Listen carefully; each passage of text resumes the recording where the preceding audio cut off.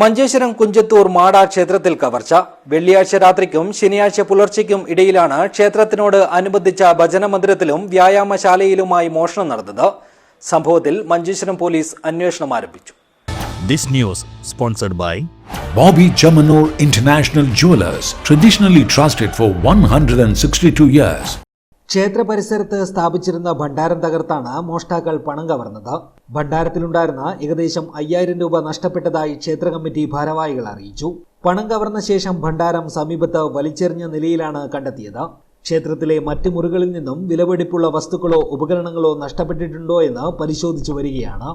ശനിയാഴ്ച രാവിലെ പതിവ് പോലെ ക്ഷേത്രത്തിലെത്തിയ ഭക്തരാണ് ഭണ്ഡാരം തകർന്നു കിടക്കുന്നതും മോഷണം നടന്നതും ആദ്യം ശ്രദ്ധയിൽപ്പെടുത്തിയത്. ഉടൻ തന്നെ ക്ഷേത്ര കമ്മിറ്റി ഭാരവാഹികളെ വിവരം അറിയിക്കുകയായിരുന്നു. തുടർന്ന് കമ്മിറ്റി നൽകിയ പരാതിയുടെ അടിസ്ഥാനത്തിൽ മഞ്ചേശ്വരം പോലീസ് സ്ഥലത്തെത്തി പരിശോധന നടത്തി തെളിവുകൾ ശേഖരിച്ചു. ക്ഷേത്ര പരിസരത്ത് CCTV ക്യാമറകൾ സ്ഥാപിച്ചിട്ടുള്ളതിനാൽ അവയിലെ ദൃശ്യങ്ങൾ അന്വേഷണത്തിന് നിർണായകമാകുമെന്നാണ് പോലീസ് പ്രതീക്ഷിക്കുന്നത്. കവർച്ച നടന്ന സമയത്തെ ദൃശ്യങ്ങൾ പരിശോധിച്ച് പ്രതികളെ തിരിച്ചറിയാനുള്ള ശ്രമം ആരംഭിച്ചിട്ടുണ്ട്.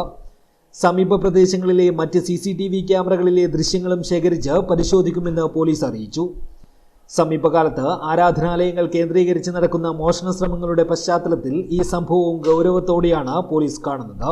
ശാസ്ത്രീയ തെളിവുകളും CCTV ദൃശ്യങ്ങളും കേന്ദ്രീകരിച്ചാണ് അന്വേഷണം പുരോഗമിക്കുന്നത്.